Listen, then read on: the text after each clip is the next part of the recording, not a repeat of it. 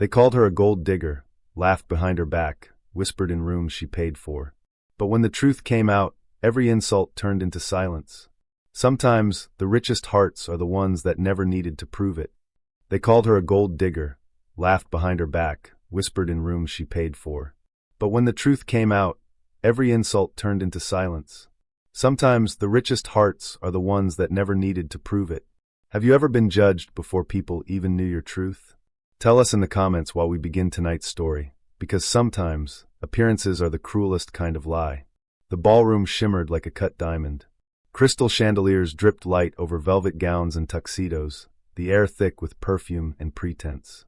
Cameras flashed as guests floated between champagne tables, each smile a transaction, each compliment a performance. At the far edge of the room, away from the noise, Elena Hartman adjusted the silver pin at her collar and pretended not to notice the stares. Her dress was simple, black satin, no designer tag, elegant in its restraint.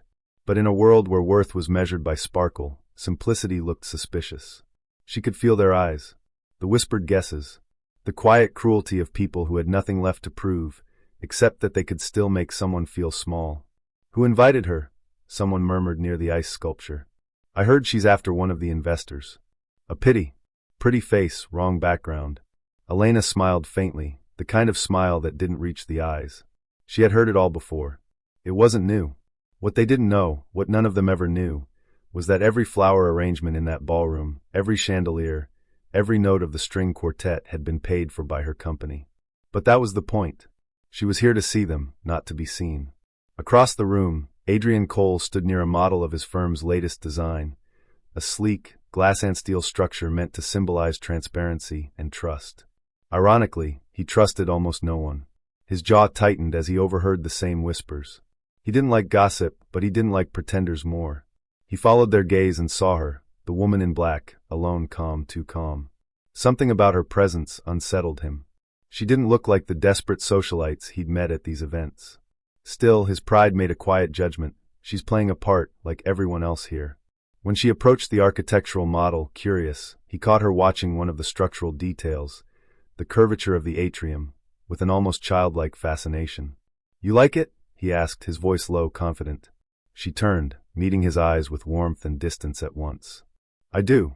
It feels honest, like a building that doesn't pretend to be what it isn't." The irony stung him a little. "Honesty's expensive in this town," Adrian replied. "Then maybe that's why it's rare," she said softly. Their eyes lingered. Something unspoken passed between them, curiosity, challenge, maybe recognition. Then she smiled politely and moved on, leaving him standing beside his own creation, suddenly unsure if he'd just been complimented or confronted.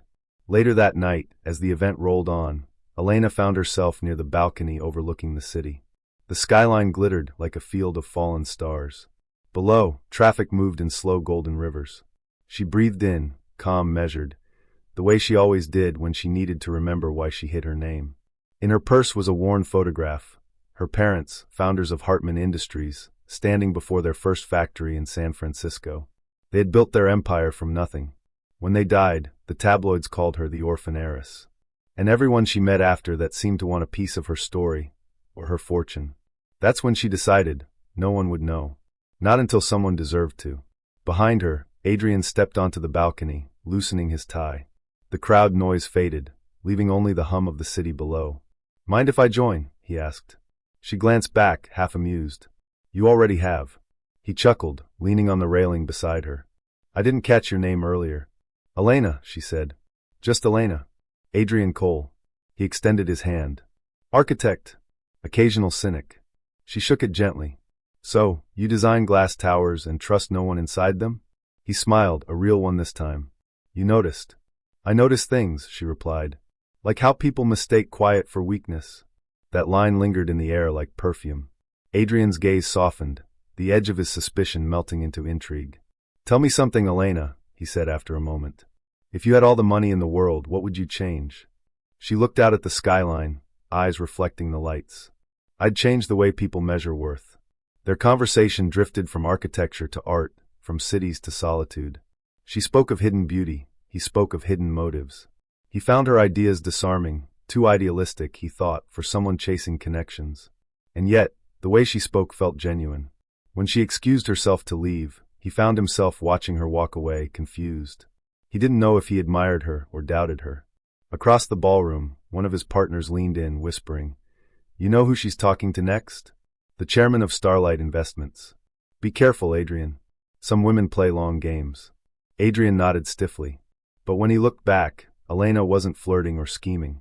She was helping an elderly caterer pick up a tray that had fallen, her gown brushing against spilled champagne. Something didn't add up, and that contradiction bothered him more than he'd admit. When the night ended, Elena slipped quietly into the rain-slick street outside, pulling her coat close. A black sedan waited nearby, the kind that screamed wealth, but she walked past it and took a cab instead. Inside the cab, she removed the silver pin from her collar, engraved with the initials EH. The driver asked where she was headed. "Elara Holdings," she said absently, naming the parent company that owned half the skyscrapers downtown. The driver didn't react. To him, she was just another tired woman heading home from a fancy party. Elena leaned her head against the window and whispered to herself, "Let them think what they want." Outside, the city lights blurred, gold and silver smears reflected in rain. And somewhere across town, Adrian Cole couldn't sleep. He kept thinking about the woman who had asked what he'd change if he had everything, and realized, uncomfortably, that he had no answer. Have you ever been judged by how you look, dress, or what people assume you have, before they ever knew your truth? Share your story or opinion in the comments below. Sometimes, the way we're misjudged says more about others than it ever does about us. The rain came without warning. One moment, the city glittered under a soft haze of light. The next, thunder rolled through the skyline like a drum. Guests at the architectural gala scrambled for cover as lightning cracked over the glass roof. Within minutes, what had been a night of champagne and vanity turned into chaos. Elena had been about to leave when she noticed an elderly woman struggling to carry her handbag and cane through the rushing crowd. Without hesitation, she offered her arm and guided her toward the nearest corridor. The lights flickered twice, then went dark. Gasps echoed, followed by a wave of uneasy laughter. "Backup generator will kick in," someone said. But it didn't.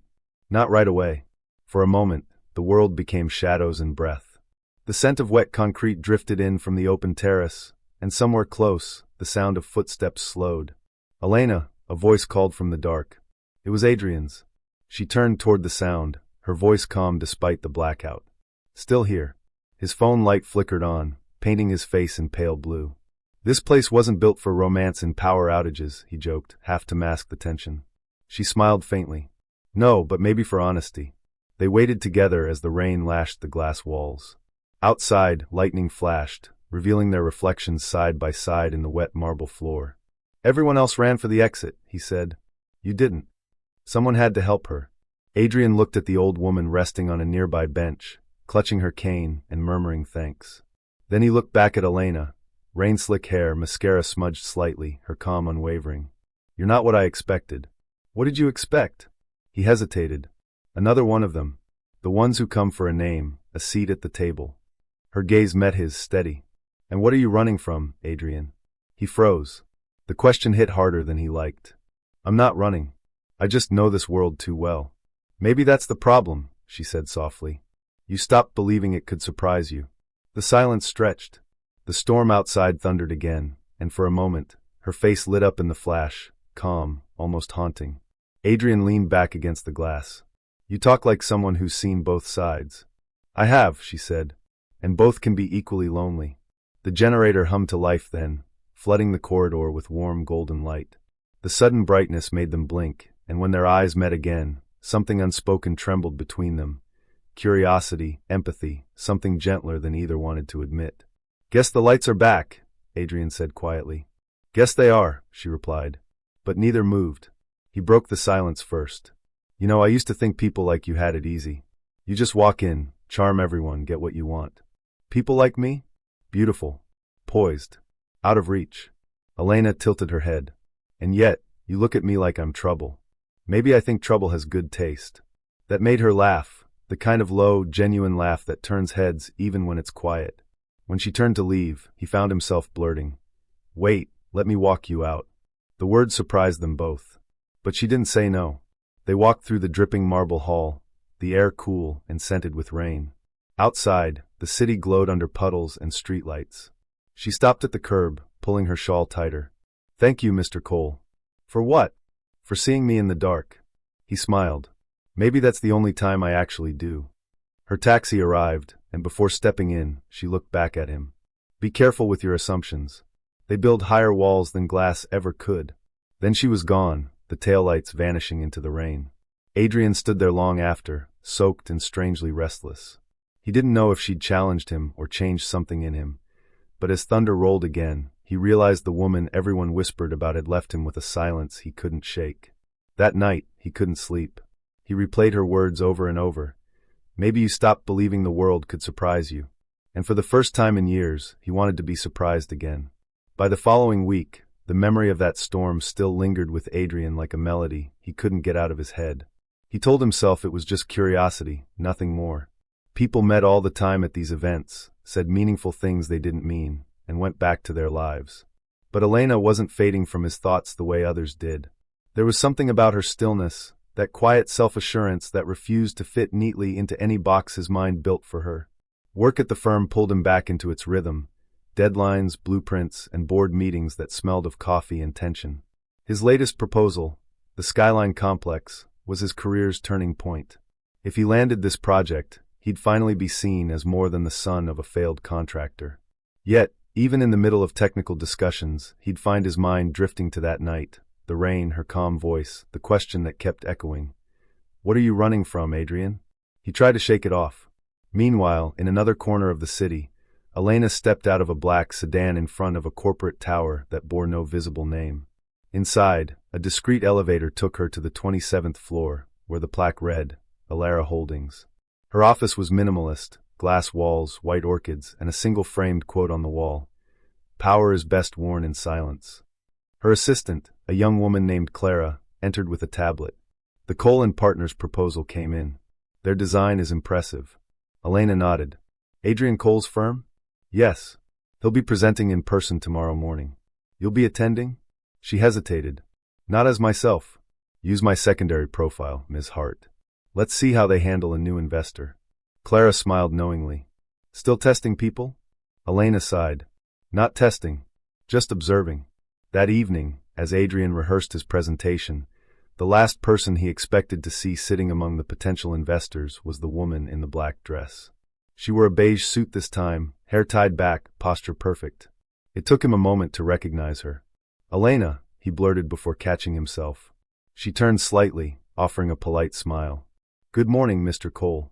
Her tone was cool, professional. Whatever warmth had passed between them that night was gone, replaced by distance that stung far more than he expected. For the next hour, he spoke about structural integrity, sustainability, the poetry of modern design. But every time his eyes met hers, his words faltered. She took notes, occasionally asked sharp questions, questions that told him she understood more about his project than most of the executives in the room. When the meeting ended, the investors began to file out. Adrian packed his materials, then glanced toward her. She was already standing near the window, phone in hand. He walked over, hesitant. So you work for Elara Holdings? He asked. I represent their interests, she said without looking up. Funny, you didn't mention that the other night. You didn't ask. He laughed under his breath. You have a talent for answering questions with doors. She finally turned to him, her eyes calm but unreadable. And you have a talent for assuming what's behind them. There it was again, the sting of truth delivered softly. He crossed his arms. You think I misjudged you? I think you were quick to define me, she said. And that's fine. Most people are. Before he could respond, her phone buzzed. She excused herself with quiet grace and left the room, leaving him standing among his own blueprints, feeling like the architecture of his certainty had just cracked a little. That night, he told himself to forget her, to focus on work, on reality. Yet his chest tightened whenever he thought about her walking away. At home, he poured himself a glass of whiskey and stared out the window at the city he was trying to conquer. It looked beautiful but unreachable, much like her. He thought about calling, then realized he didn't even have her number. On the other side of town, Elena sat at her piano, pressing keys absent-mindedly. Music had always been her therapy. Each note reminded her of her mother, of simpler times when she wasn't hiding who she was. She closed her eyes and whispered, Don't get attached, Elena. Observation, not emotion. Still, a part of her, the part that had spent years pretending to be less than she was, wondered if Adrian's walls were built from the same loneliness that shaped hers. The next morning, gossip spread through the firm. That woman from Alara, the one Adrian couldn't stop staring at? She's bad news, one associate said. Those types use charm to get control of a project. Adrian didn't respond. He just walked away jaw tight. He wanted to believe the rumors were wrong. But believing meant vulnerability, and that was a currency he'd long since stopped spending. By the weekend, fate found a way to keep them in orbit. A mutual acquaintance, the chairman of the Architectural Guild, invited them both to an upcoming site inspection in Napa Valley. You'll have to work closely, he'd said. Alara's funding part of the expansion, and Adrian's firm is handling the redesign. When Adrian got the email confirmation, he stared at it for a long time. He wasn't sure if the universe was playing matchmaker or executioner. And somewhere across the city, Elena stared at the same itinerary, whispered a small prayer for patience, and smiled to herself. Perhaps some lessons can only be learned face to face. The drive to Napa was 4 hours of tension wrapped in polite conversation. Adrian sat behind the wheel of a sleek black sedan, the hum of the engine filling the spaces where words refused to go. Beside him, Elena gazed out the window, her reflection fractured by the sunlight streaking through the glass. Vineyards rolled past in neat green waves, but neither seemed to notice the beauty outside. He'd offered to drive because it seemed professional. She'd accepted because declining would have looked like avoidance. Still, every mile stretched the silence thinner. Do you always volunteer for field visits? Adrian finally asked, eyes on the road. Only when the project feels personal, she replied. Personal? To an investor? She glanced at him. Money can build walls or bridges. I prefer the latter. He gave a small, skeptical smile. That's a nice slogan. You should print it on business cards. I don't need slogans, she said, her voice calm, steady. Just integrity. That word hit harder than he expected. He'd spent his life proving he had integrity, to clients, investors, even himself. But coming from her, it sounded like a challenge. They arrived at the construction site, just as the afternoon sun began to fade. The vineyard stretched into the horizon, dotted with skeletal frames of unfinished villas. The air smelled of dust, wood, and something sweet, the earth itself breathing. Adrian briefed the crew while Elena listened, occasionally jotting notes. Her questions were sharp, precise, not the kind of empty curiosity he expected from someone representing investors. She asked about materials, sustainability, local employment. She even corrected one of the engineers, gently but accurately. When the crew left for the evening, the two of them stood alone amid the half-built skeletons. The wind carried the faint sound of crickets and distant laughter from the workers' cabins. You know, Adrian said, resting his hands on a beam, most investors wouldn't know a steel ratio from a sandwich. Maybe I'm not most investors. I'm starting to notice that, he said quietly. She smiled, a little softer this time. And you're not as cynical as you pretend to be.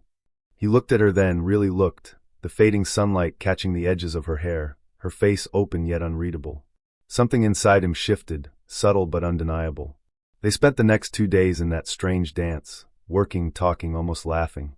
At night, they dined with the project team in a rustic inn overlooking the valley. The place was warm, scented with rosemary and wine. The kind of setting that softened people's edges. Over dinner, someone teased Adrian about his relentless work ethic. He even dreams in blueprints, one of his engineers joked. Adrian chuckled. It's true. I can't switch off. Elena raised her glass slightly. Maybe that's why your buildings feel alive, because you never stop breathing life into them. The table went quiet for a moment. Compliments from her carried weight. Even Adrian felt it, and he wasn't used to feeling seen. Later that evening, when the others left for their rooms, he found himself standing with her outside the inn. The valley below shimmered in moonlight, and a faint chill crept through the air. You surprise me, Elena, he said. You speak like someone who's built something real. Not just funded it. She smiled faintly. Maybe I've done both. He studied her profile, the elegance in her restraint. You're hard to read. Good, she said softly. Maybe it'll make you listen instead of assume. That stung, but he couldn't deny the truth. They stood in silence for a while, the kind that wasn't uncomfortable, just full of questions neither dared to ask. Then, in a quieter tone, she added, You think I'm here because of money. Isn't that why everyone's here? No, she said. Some of us are here to build things that last. Even if no one ever knows our names. He turned to face her fully, the moon catching the edge of his jaw. You're different. So are you, she whispered. For a heartbeat, the air between them felt electric. Then a waiter stepped out with a tray, breaking the spell. "Coffee before bed?" the man asked. Adrian cleared his throat. "Two, please." They took their mugs to the edge of the terrace, steam curling into the cool night. She wrapped her fingers around the cup, watching the stars. "Do you ever wonder what people would think if they saw who you really are?" she asked. "All the time," he admitted. "But I doubt they'd like him." "Maybe they'd respect him more," she said. He glanced at her, the honesty in her tone both soothing and dangerous. "And what about you? What would people see if they saw you completely?" She met his gaze for a long moment. Someone they wouldn't believe. He wanted to ask what she meant, but she turned away, finishing her coffee in silence. Later that night, back in his room, Adrian couldn't stop thinking about her answer. Someone they wouldn't believe. The next morning, when they met for breakfast, she was already reviewing documents, her hair loose this time, a few strands catching the sunlight through the window. He sat down across from her. "Do you ever stop working?" "Do you?" she countered without looking up. He laughed softly. "Touché." For the first time in years, the laughter didn't feel forced. It felt like breathing. Over the next hours, they moved through meetings and site visits with the easy rhythm of two people who had stopped pretending they didn't enjoy each other's company. The unspoken chemistry was there, warm, real, yet fragile. As they packed up to leave, Adrian hesitated by the car. "You ever think," he said, "that maybe we meet people at the wrong time for the right reasons?" She paused, hand on the car door. "Or maybe the right people just take longer to recognize each other." He smiled, slow and genuine. "I hope we're not done recognizing then." Her eyes softened. "We're not." They drove back to Los Angeles under the golden wash of sunset, the silence between them no longer cold, just full of something waiting to be said. Neither of them knew it yet, but the next time they met, truth would break every wall they'd built. When Adrian saw Elena again, the air between them no longer felt like possibility. It felt like something sharp waiting to break. A week had passed since their trip to Napa. They hadn't spoken since, both lost in the quiet aftermath of connection they weren't ready to name.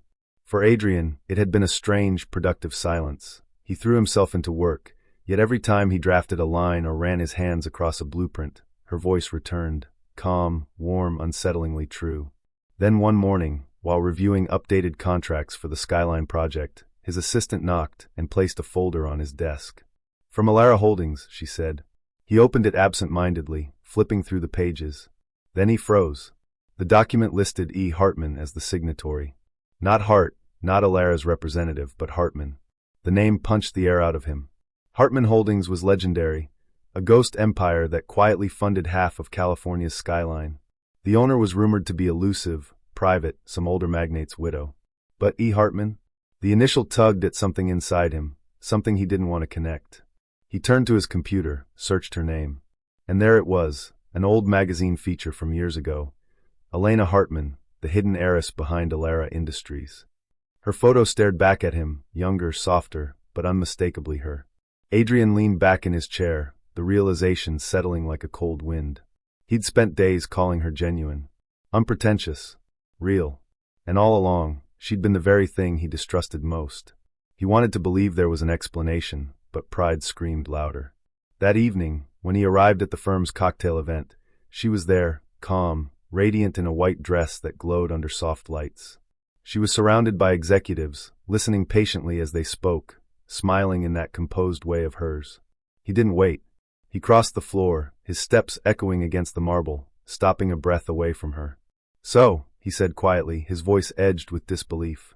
"It's Hartman now? Or should I say, always was?" Her smile faltered. "Adrian, you could have told me," he said, anger tightening his words. "You let me think you were just." "Just what?" she asked softly. "Someone normal," he snapped. "Someone without an empire hiding behind her." The guests near them fell silent. Elena's gaze lowered, her voice barely above a whisper. "I didn't hide. I just didn't lead with what people usually see first." "That's convenient," he said bitterly. "Let me guess, another test? See how the poor architect treats the secret billionaire." Pain flickered in her eyes. "That's not what this was." "Then what was it?" She hesitated, and in that pause, everything good between them seemed to crumble. "I wanted to know who you were when no one was watching." His laugh was soft and hollow. "And now you know who I am, someone who doesn't like being lied to." "It wasn't a lie," she said. "It was self-protection." But her calmness only enraged him further. Do you even hear yourself?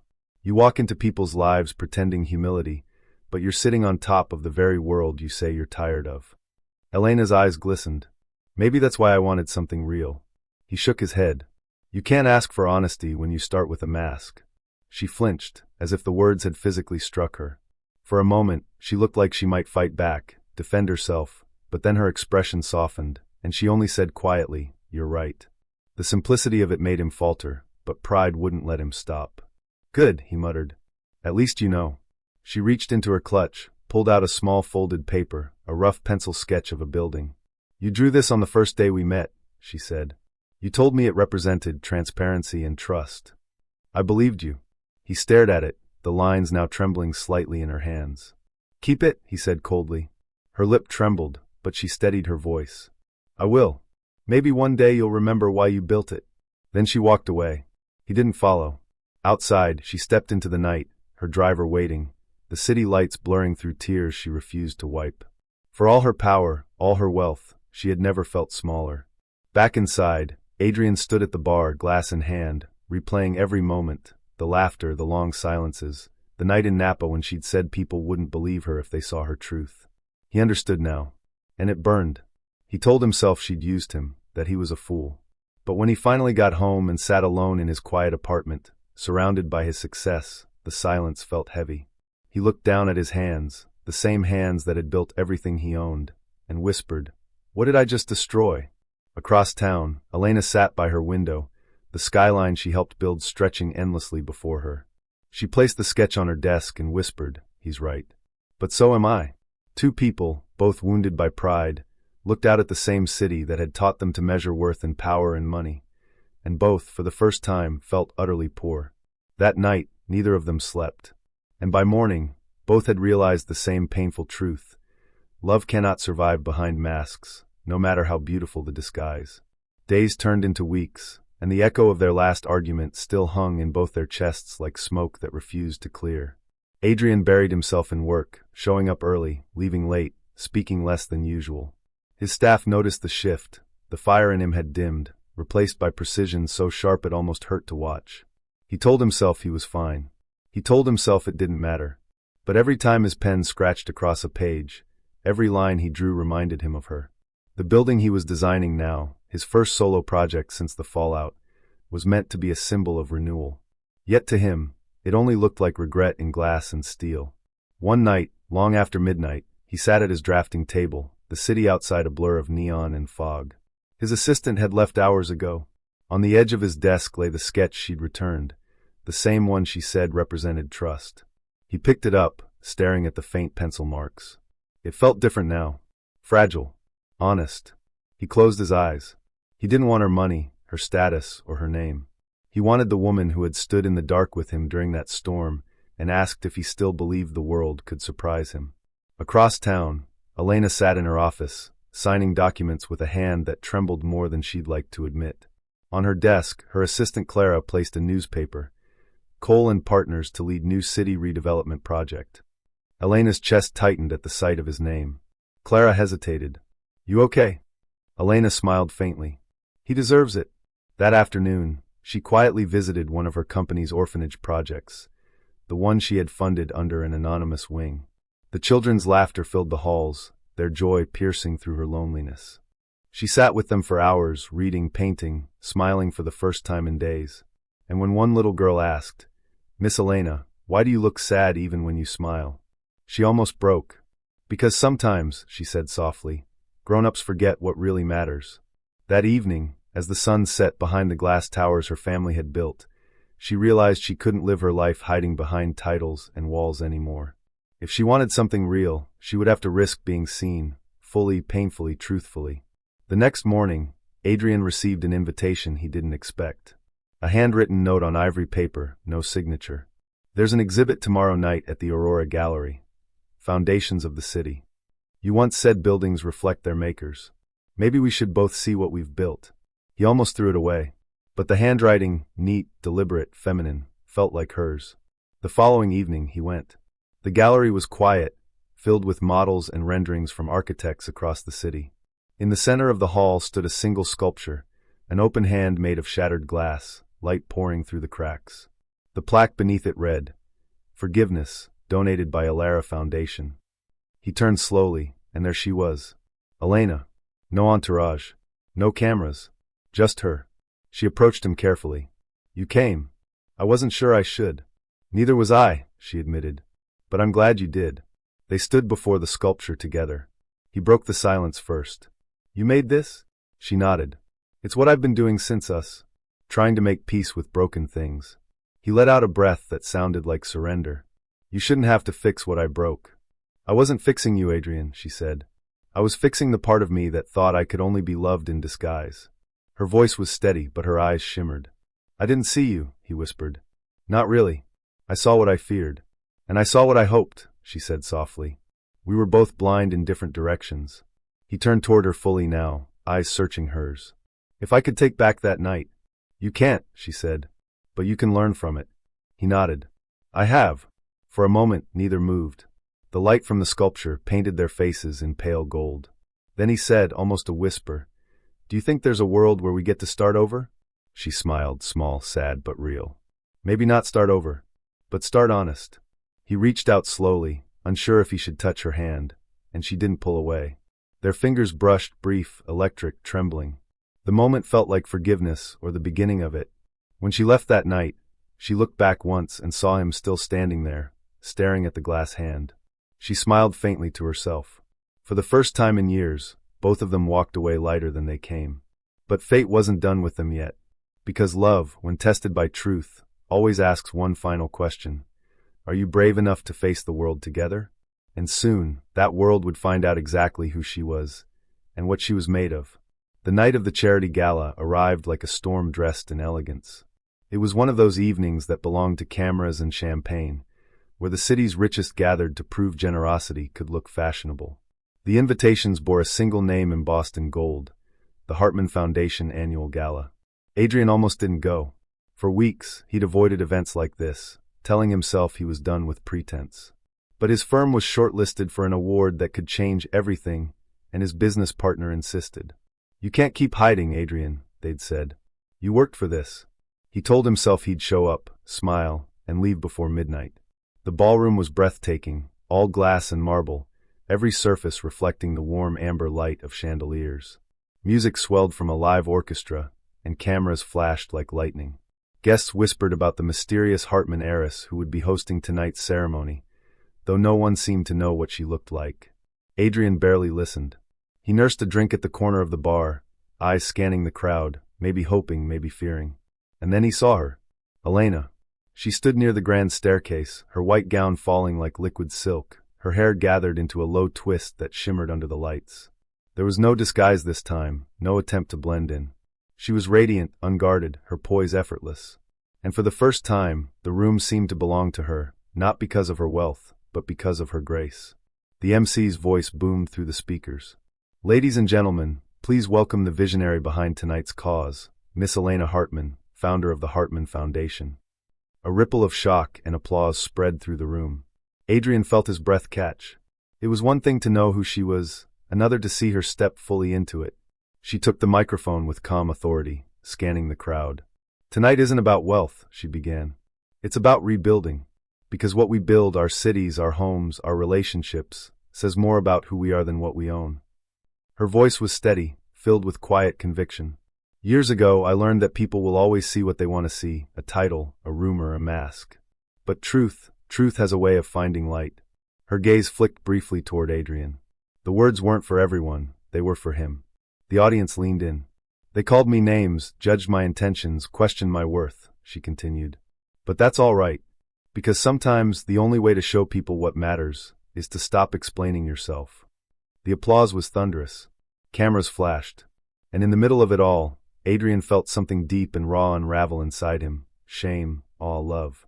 As the lights dimmed and the orchestra began to play, guests swarmed her for photos and congratulations. Adrian stayed still for a long time, until finally, he set his glass down and walked toward her. The crowd parted as he approached. She noticed him immediately. For a second, her expression faltered, surprise, then a guarded calm. "Congratulations," he said, his voice low. "You were extraordinary." "Thank you." She turned slightly, her tone polite, measured. He hesitated, then said, You deserve to be seen like that. I should have seen you sooner. Her eyes softened, but only a little. You saw what you were ready to see. Then let me see again, he said.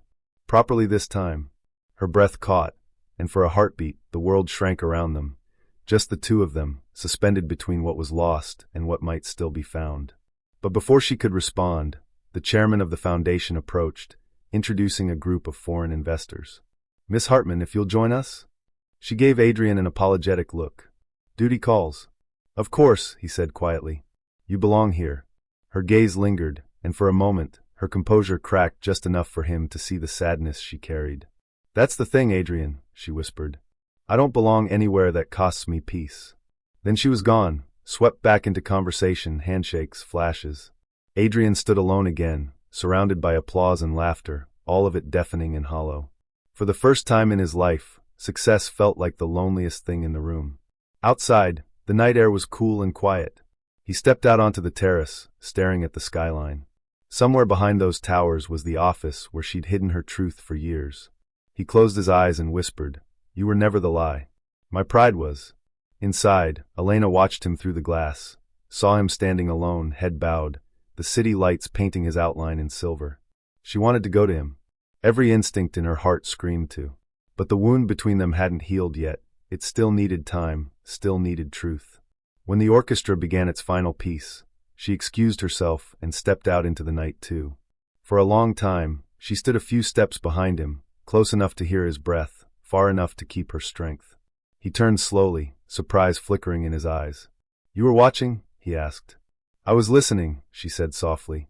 You've always had a way with silence. He smiled faintly. You always had a way of filling it. They stood in the gentle wind, neither speaking for a while. The city glowed beneath them like a living thing. She took a small step closer. I didn't mean for it to happen like this. I know, he said. But maybe this is how the truth needed to arrive, with light, not anger. She nodded, eyes glistening. I didn't want revenge, Adrian. I wanted peace. And you have it now. Almost, she said. But peace feels empty when you can't share it. His throat tightened. Then maybe you don't have to. A soft tear slipped down her cheek, and before he could wipe it, she shook her head gently. Not yet. You've got to heal, and I've got to learn to stop apologizing for who I am. He nodded slowly. Then I'll wait. And for once, it wasn't a promise. It was an understanding that love doesn't vanish when people part. Sometimes it just waits quietly for courage. As she walked back inside, the orchestra's final note faded into silence. And in that silence, both of them knew the story wasn't over. The city was quieter than usual that night, as if even Los Angeles had decided to rest. From her penthouse balcony, Elena stood barefoot against the cool marble, staring out at the endless scatter of lights. They reminded her of the people who had once judged her, bright, distant, and so easily mistaken for stars. She had spent weeks since the gala in silence. The media had feasted on her reveal. Headlines called her the billionaire nobody saw coming. Invitations poured in from people who had once whispered she didn't belong. She accepted none of them. Wealth had never frightened her. Loneliness did. A soft knock came at the door. Clara entered, holding a sleek envelope. Another one, she said. From Cole and Partners. Elena hesitated before taking it. She hadn't heard from Adrian since that night. Not a call, not a text, not even a headline linking his name to hers. She opened the envelope carefully. Inside was a single sheet of paper, a drawing. A simple building sketch, not one of his usual masterpieces, just a small house with open windows, a tree outside, and a note written in neat handwriting at the bottom. Every design begins with forgiveness. She pressed the paper to her chest, eyes closing. For the first time in weeks, she smiled. Across town, Adrian sat alone in his studio, staring at the empty drafting board. He hadn't drawn anything real since the night he saw her again. Every idea felt like repetition. Every structure looked hollow. He'd tried to move on, went to meetings, accepted interviews, attended luncheons, but nothing filled the silence she left behind. He didn't want her money or name. He just wanted her company, the quiet version of her that laughed over coffee, the woman who saw through his walls. He thought about that night on the terrace, the way she said peace felt empty without someone to share it with. That's when he made a decision. The next morning, he went back to the foundation, not for publicity, not for work, just to see her. The receptionist looked up, startled. Mr. Cole?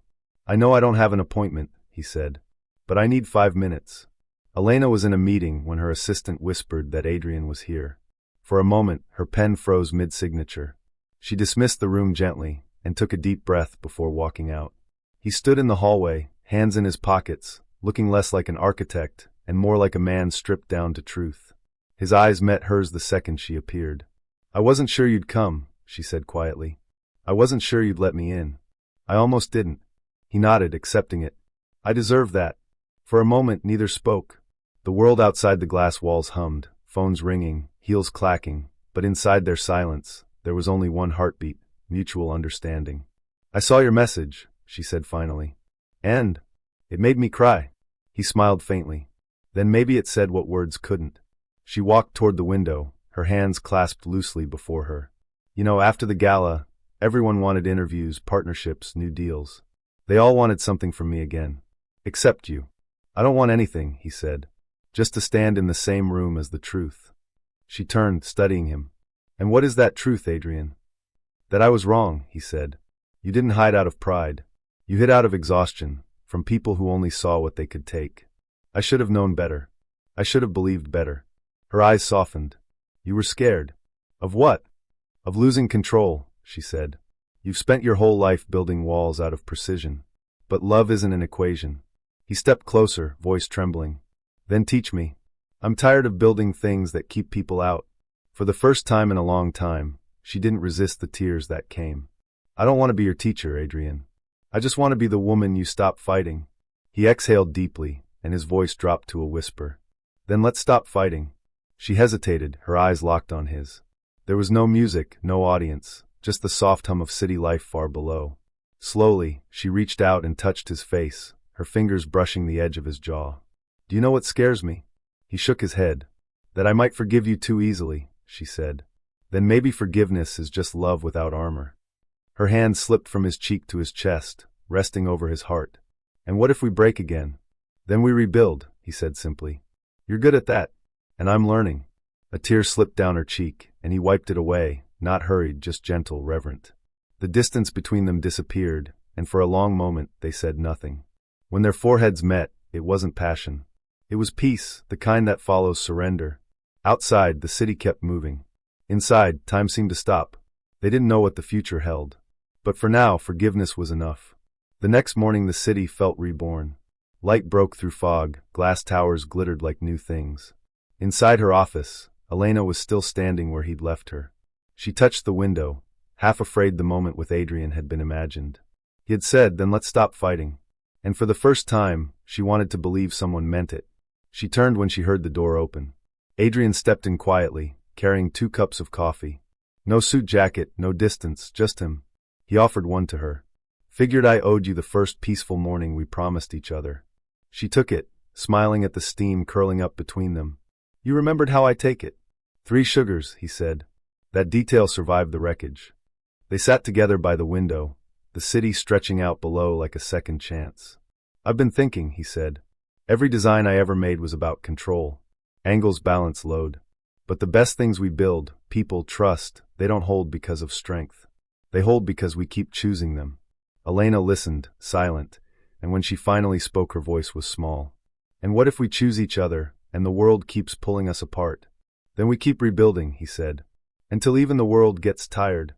She laughed softly, the sound breaking something tight in both of them. From that day, they started working together quietly. The foundation funded a new housing project designed by his firm, and for months they met daily, sometimes arguing over details, sometimes laughing over coffee. People began to notice. The billionaire who never smiled now did, and the architect who never slowed down now paused to listen. It wasn't perfect. There were days her walls rose again, days his pride flared.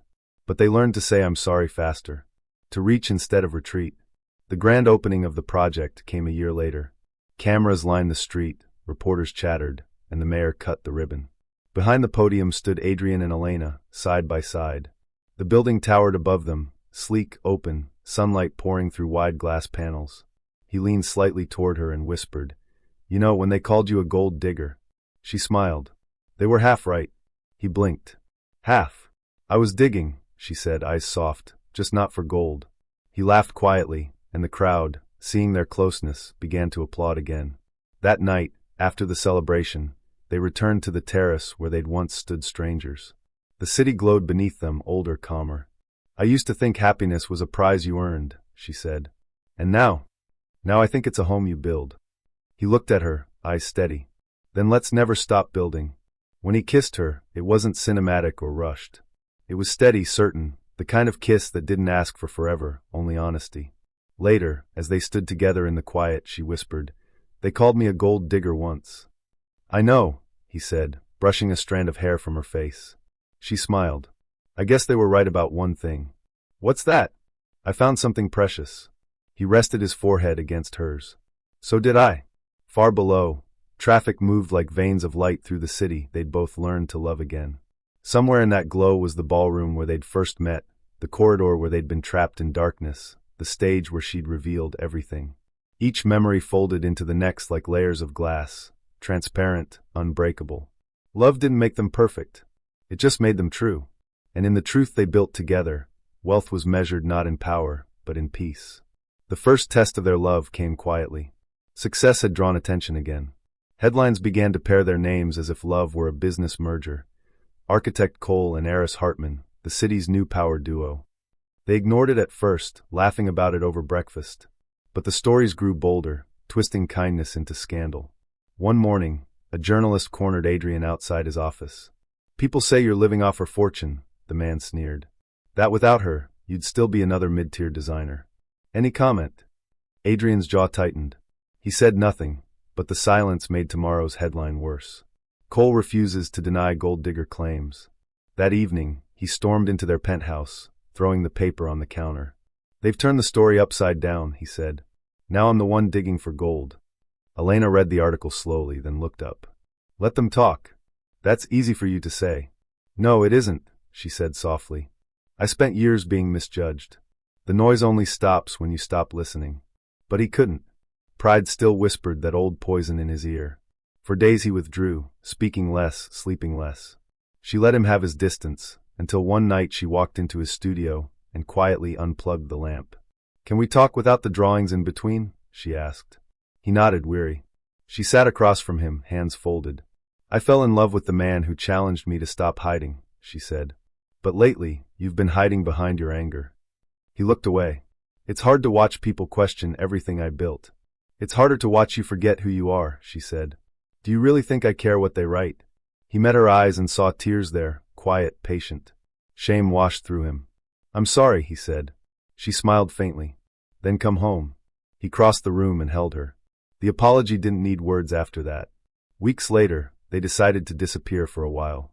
No cameras, no meetings. They flew north, renting a small cabin near the ocean. There, mornings were simple, coffee, sea air, bare feet on wood floors. He sketched while she read. Sometimes they spoke, sometimes they didn't. Silence had become their truest language. One evening, while watching the tide, Adrian said, "You know, every building has a fault line somewhere." She looked at him. "Even the strong ones?" "Especially the strong ones," he said. "It's how they breathe." She leaned her head on his shoulder. "Then maybe love needs its cracks too." He kissed her hair. "Maybe that's where the light gets in." When they returned to the city months later, something had changed. They no longer walked like people proving anything. The world still whispered, but neither listened. The next project they announced was unlike any other. A free public arts school built on the same site where Adrian's father had once lost his business. "We'll call it the Hartman Cole Center," Elena suggested. "For creation, not competition." The opening ceremony drew thousands. Children painted murals along the walls. Music filled the courtyard. When Adrian stepped to the podium, he said simply, "This building isn't mine or hers. It's ours, every person who's ever been underestimated." The crowd roared. Elena stood behind him, pride shining through quiet tears. That night, as they walked home hand in hand, she whispered, "Do you remember the first thing you ever said to me?" He smiled. "Honesty's expensive in this town." And I said, "That's why it's rare." He stopped, turning to her under the city lights. "Then let's keep being rare." Years later, they'd grow older in the same apartment where it all began. The silver pin she'd once worn at the gala now rested in a small glass frame above their fireplace. Sometimes visitors asked about it. Adrian would smile and say, "That's the first thing she ever used to hold her disguise together." Elena would laugh, adding, "And the first thing I stopped needing." Every anniversary, they returned to that same balcony where the story had started. They'd watch the lights, remembering the night they met, the whispers, the storm, the spark. And each time he'd ask her, "Would you change anything?" And each time she'd answer the same way, "Nothing that led me here." One evening, as the city hummed below, Adrian took her hand and said quietly, "They called you a gold digger once." She smiled. "And?" He leaned closer. "They were right. You dug through pride, fear, and judgment, and found something worth more than both our fortunes." Her eyes softened. "You?" He nodded. "Us." The skyline stretched before them, full of glass and light, their story etched into every reflection. They had built towers, yes, but what they built inside each other had no height limit. Because love, they'd learned, isn't a structure you design. It's a city you keep alive. And they never stopped building. And that's how the woman they once called a gold digger became the heartbeat of a city. And the man who doubted her learned that love, not money, is the real foundation that never cracks. Because when truth stands beside forgiveness, even broken glass can shine. What about you? Do you think love can survive pride, secrets, and public judgment? Tell us in the comments. And if this story touched you, don't forget to like, subscribe, and share it, because somewhere out there, someone still believes that kindness is the most valuable thing we can build.